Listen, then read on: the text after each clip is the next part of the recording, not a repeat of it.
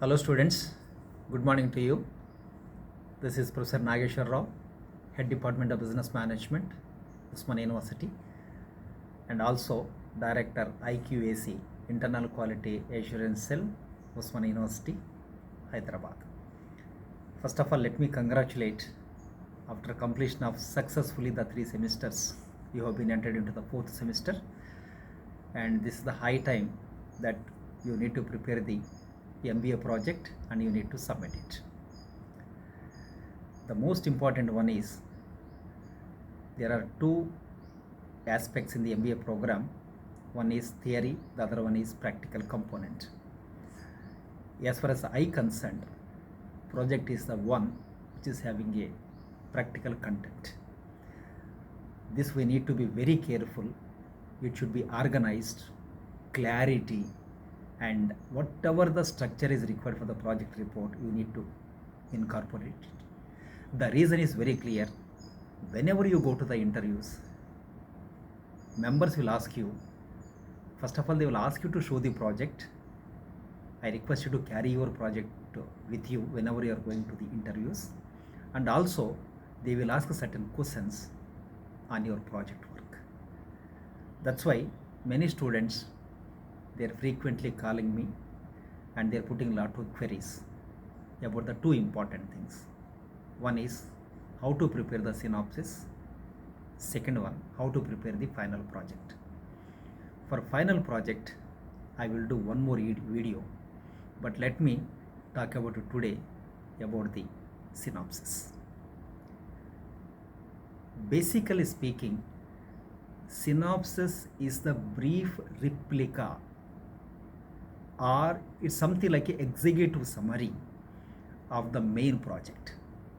Sometimes what is going to happen, your project report is consisting 100 pages, but in this 100 pages people may not be having a time to go through.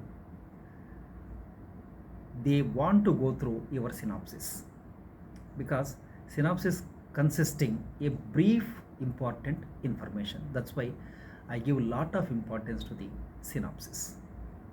This is the first point. Second point, in every MBA program, we have 3 or 4 specializations, such as you have financial management or finance, marketing management or marketing, human resource management, you people say HR, and also some universities, including our Usman University, regular basis, we are offering systems. Students are also asking doubt, sir, is it necessary that you have to do the project work in the same specialization what we are pursuing? In this, I focus on 2 important things. It is not necessary that you have to do your project report on the specialization what you are doing. However, it is better to do the project report on your specialization. Tomorrow, in the interviews, they may ask you, your specialization is finance, but you have done your project report on human resource management. There, you need to justify yourself. Strong justification you have to give, which may be a bit difficult. That's why my sincere advice to you, you try to do the project on your own specialization. That's all. Second question students are also asking, sir, what should be the topic? Generally, it is not advisable I give the topic to you, because once I give the topic to you, that topic may be interesting to you or not. So what I request you, any topic you kindly choose, but the topic should be relevant to the management of your field of specialization, and that topic should be easily understandable to you, because don't select any complicated topic. That's the first one. If any problem there in the wording of that topic, once you come to the synopsis approval, I will correct it. Absolutely, you don't worry about that one. And now we'll try to focus what should be there in the synopsis. As I told you already, it's a representation of your main project. That representation consisting how many pages it should be there. I am advising you, your synopsis not more than 4 to 5 pages in length. because you cannot prepare 10 pages or 15 pages. That cannot be called as a project synopsis. So you try to restrict it to 4 to 5 pages. Now the second process, what should be there in the synopsis? In this synopsis, after selecting the topic, a minimum of 1 page, you please write that is called introduction about the topic what you have selected. The introduction consisting about the topic, or sometimes you have taken a topic in banking, give the brief introduction about the banking sector also, importance of the banking sector and so on. And after this, the next one after the introduction, second aspect about the study methodology. The study methodology consisting, these are the sub parts.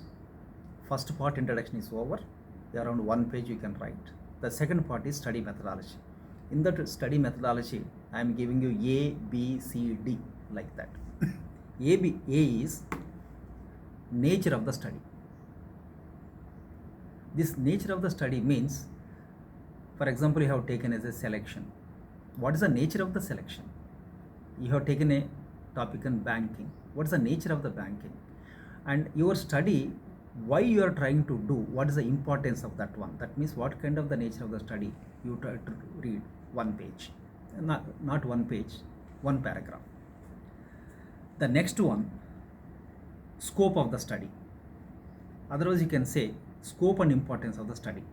The scope in the sense whether your study is restricted to only Hyderabad, banking sector, how many banks it is restricted, and the scope also covers actually like what are the important contents you are trying to mention in your project report, possibly that also right. The importance is like definitely when you are trying to study on marketing, on customer satisfaction, the importance of the customer satisfaction is required. That's one important variable in the market. And when you're trying to take a topic on selection and recruitment, right, recruitment and selection, that is also important to the organization unless you select a right candidate. And we are trying to take a ratio analysis in a financial management, the ratio analysis which is going to analyze the financial condition of the company. This is what importance. So nature of the study, scope and importance. The next one is objectives of the study. This is very important, my dear students. If anybody is evaluating your project report, they evaluate in terms of the objectives of your study. The objectives you kind of restrict it to 4 to 5, not more than 5 objectives, but the clarity should be there on the projects. So after 4 to 5 objectives, the next one is tools used for data collection. That means data collection methods, you can say. The next one is data collection methods. Data collection methods generally, it is 2 types again. One is primary data collection, the second one is secondary data. That means one is primary source, the second one is secondary source. Primary source, when you are collecting for the first time for your project report through questionnaire, through interviews, whatever it may be, that is called primary source. When it comes to the secondary source, which is already published material will be there. The source is already available. From that source you are trying to gather the secondary data, that will be called as a secondary source. So you have to mention whether your data collection method is primary or secondary or both, right? This you have to write. The next one, statistical tools for analysis. This is statistical tools for analysis in case of financial management. For example, when you are doing a ratio analysis, your financial tool is ratio analysis. And sometimes you see you are trying to do a customer satisfaction and you are trying to collect the data, and by using some statistical technique you are analyzing the data. But in this project report, don't go for the complicated analysis, you see, and you try to represent your analysis through tables and diagrams, because you are the basic students, you are not doing a research, you are doing a study project only. So that's what you try to represent your data in the form of tables, in the form of diagrams, maybe line chart, pie chart, etc., etc. So this is the one. So after that, the final one in this synopsis is chapterization. That means how many chapters are you proposing in your project report? That is called chapterization. Generally, you follow my methodology. Chapter 1 is introduction. Chapter 1 introduction. Chapter 2 review of literature. And the third one about the company. Fourth one, study methodology. That's what the study methodology, I told you, nature of the study, scope of the study, objectives of the study, statistical tools. The same thing it is going to appear here, study methodology, including chapterization also. The next chapter, data analysis and interpretation.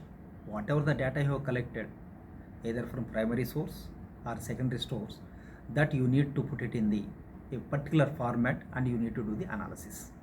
That is called data analysis and interpretation. And finally, you can say it is findings and suggestions. This is what the chapterization which you have to put in your synopsis. You no need to write, only you have to mention the chapter names, that's it. And in the main project, then you are going to write under the each chapter what is introduction, what is review of literature, about the company, and study methodology. The next one, data analysis, interpretation, and finally conclusion and suggestions. So these are the chapters followed by bibliography. Bibliography means definitely you are going to refer some books or some websites or some source or YouTube, something like that. That source you have to mention, that is called bibliography. After bibliography is not the chapter. Bibliography is other than the chapter, outside the chapters. The next one is appendix. Appendix means sometimes you have collected the data through questionnaire, that questionnaire you put it. Or you have collected some secondary data, financial reports of balance sheets, that balance sheets you try to put it, right? If any other important material is, you try to put it, that is appendix. But all these things not in the synopsis, just you are mentioning bibliography and appendix only. But when you are doing the final project after the synopsis, then you are going to mention all these things. So this is what, my dear students, some introduction about the synopsis. Once again, the synopsis is, once you understand the synopsis, I think doing the main project is going to be very easy for you. If you don't understand the synopsis, then definitely you will need to face certain problems. That means somewhere you will stuck up in the main project. So this is consisting about 4 to 5 pages, my dear friends, and do it systematically and use good language. And after finishing of this one, once you completed your examinations, I will give you 1 or 2 dates. 2 dates I will give it to you, and timing also I will give you the convenient time. Please come to me and take my signatures. If any queries are there still, and you try to put it in your group, I will try to clear about it. So when you are submitting the synopsis, there is a certain format given by the Center for Distance Education. You fill that format, and my designation, Professor R. Nageshwar Rao, Head Department of Business Management, and area of specialization you try to mention either finance, marketing, whatever it may be, and the topic also you write. And once you write the topic can be changed, that topic can be modified. You no need to worry about that one, that you try to do it, and you try to submit on or before the stipulated date given by our director. Hope some extent you are clear. Thank you very much. I wish you all the best. Have a great day. Thank you.